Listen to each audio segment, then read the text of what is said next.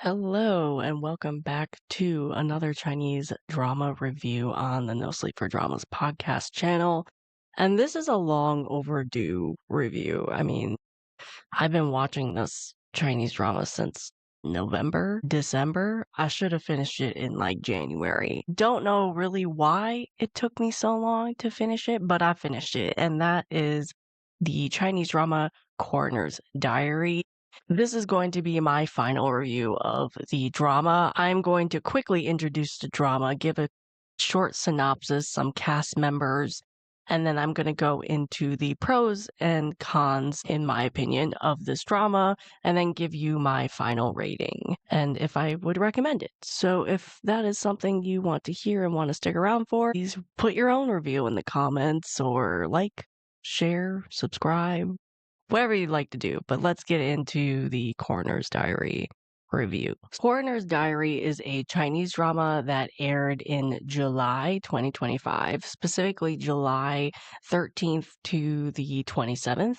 It has 38 episodes and it aired on iQIYI exclusively. I don't know if Vicky eventually picked it up or something, but I think it's just iQIYI that has it. This stars Landy Li and Ao Peng. They're the main couple.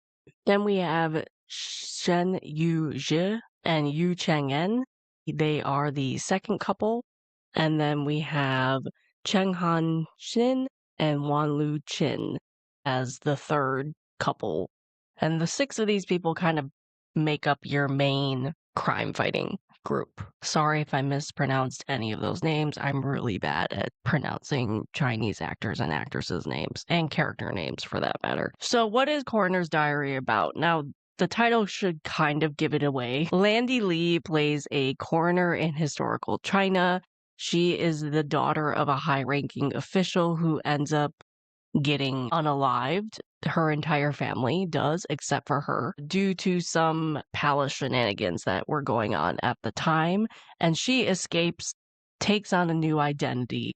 And while she's away and being this new identity, she learns all about medicine and performing autopsies, thus being very good at being a coroner. Eventually, she infiltrates the capital and the palace with this new identity, trying to discover what really happened that caused her family to be unalived. And along the way, she meets Ao Peng's character, who is the crown prince of one of the other provinces, kingdoms, royalty, basically. But he works guarding the border and running the army, so he's very skilled at being a general and fighting. He is in the capital to investigate his own mysteries of what happened during that time period that her family was unalived and what caused that, along with some other people that died during that time. So they eventually team up to investigate all of these mysteries and also investigate some weird crimes that go on throughout the drama. He becoming the head of the police force, basically, the investigation force, and she being the coroner that he calls to the crime scenes all the time. And then you have the second couple and the third couple. The second couple is his cousin and her cousin in a way, but the persona she takes on, the name that she takes on, that person's cousin. And then the third couple are his bodyguard and her servant, and they all work together and help solve these crimes. Let's get into what I loved about this drama. Now, I will say, I'll preface this is my type of drama. This is my type of show. I love historical mystery Chinese dramas. I especially love coroner dramas, especially love female coroner dramas. So there were a lot of stuff going for this drama already when I clicked play. Now, right out of the gate, like episode 1 I'm talking about, I noticed the lead couple, Ao Peng and Landy Li, had chemistry, like serious chemistry. I remember the exact scene that pointed me to that. You have Landy Li walking into a room and Ao Peng is fighting with his cousin and they're going at it. And he goes to hit his cousin and she dodges and Landy Li is right behind her. So he has to quickly change direction in order to not hit her. And they get very close, very fast.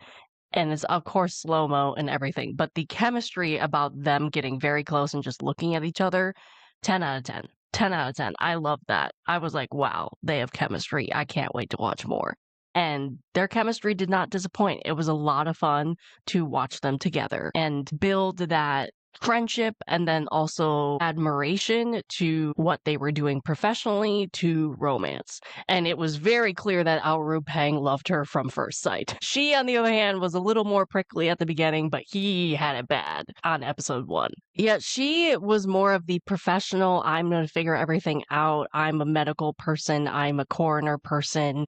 I don't even notice if this guy's flirting with me type character until she realized I actually like this guy. He was, I'm going to have every excuse in the book to be next to you at all times since the day I met you. And it was evident. So needless to say, it was a lot of fun seeing their relationship progress and them grow closer together and solve these crimes together.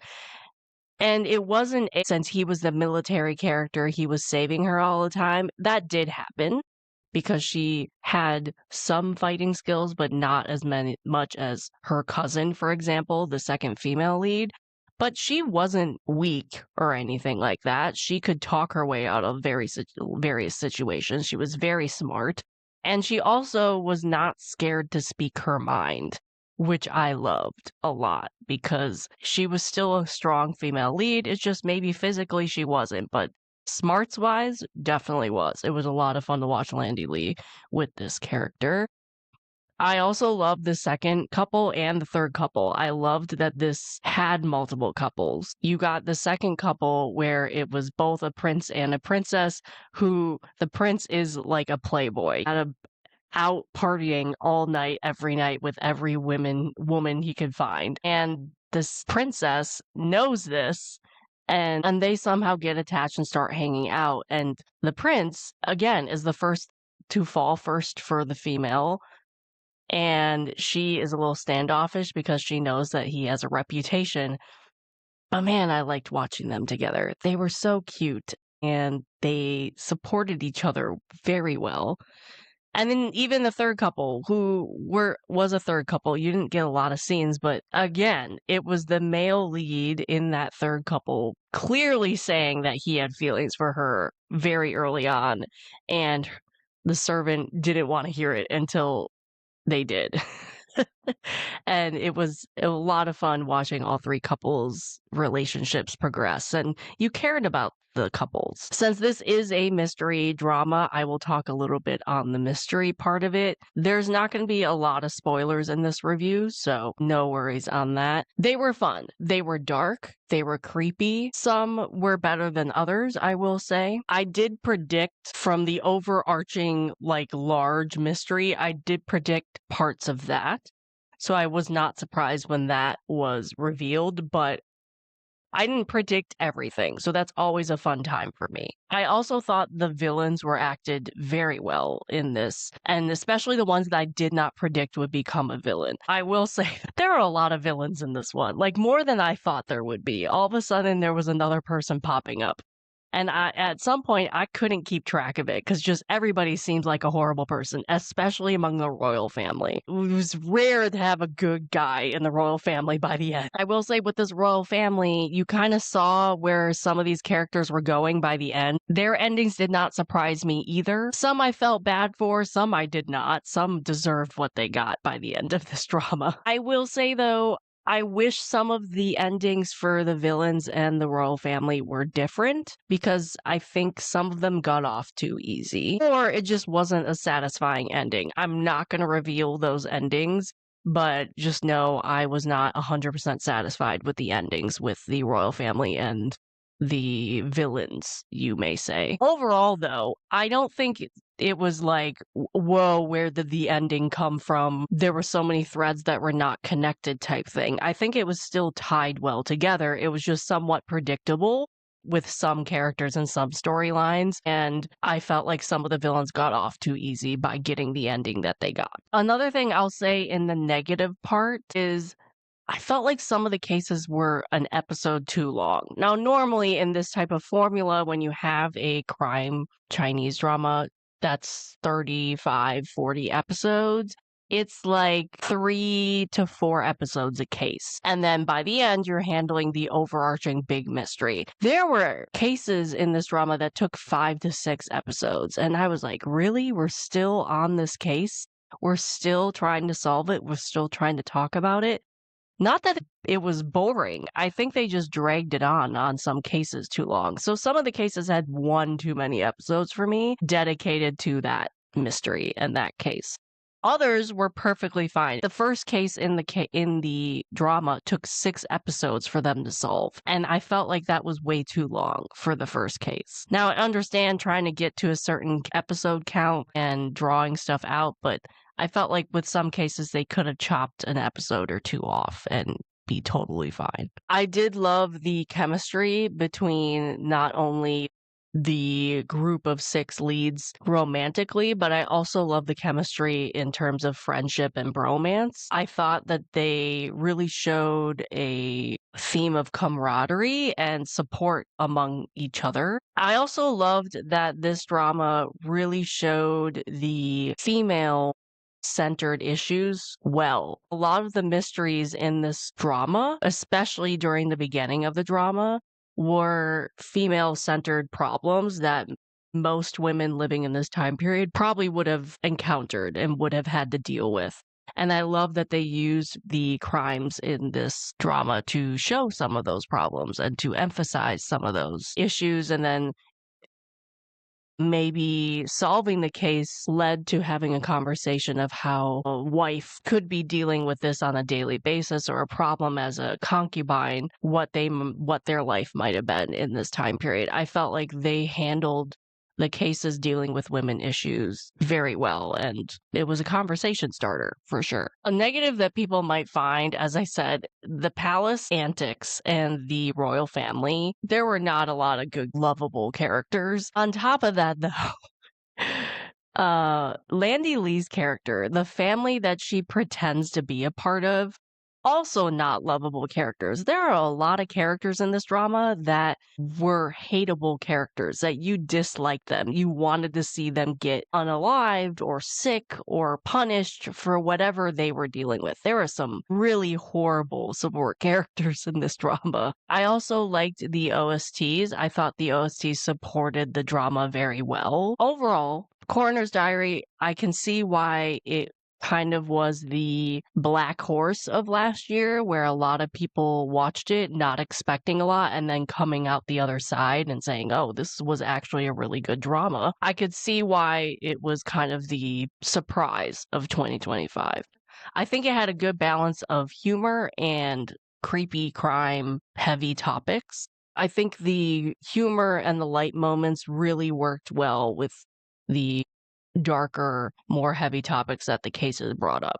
Lastly, I'll say at the end, I wish the romantic pairings ended differently. They all had happy endings. It's not like you're going to get a sad ending, but I wish they had given like an extra episode and maybe drew that out, because at the end of the last episode, or at the end of the second to last episode, you had one couple that was injured, but you never got the satisfaction of the healing scene of that. I wish they had put that in there. At the end of the drama, you got confirmed that one of the other couples were engaged, but you never got to see them get engaged or have that conversation. I wish they had added an extra episode to kind of give more of those happy moments a chance to be shown to the audience. But I loved that the main couple was a smart couple. They communicated well. There really wasn't a lot of angst or miscommunication between them, which was refreshing. It was very refreshing to see. The side couples were quite cute together and really added something extra to this drama. Overall, very good drama. Minor issues I had. My rating is a 9 out of 10 for Coroner's Diary. If this is the type of drama you like, crime mixed with romance, you will have a very satisfying watch with this, and I would recommend it for you. So that is my final review of Coroner's Diary, a Chinese drama that aired in 2025 that I finally finished. If you have watched this Chinese drama, let me know your thoughts in the comments. And what do you thought of my review? And if you're going to check this out now that you watched my review.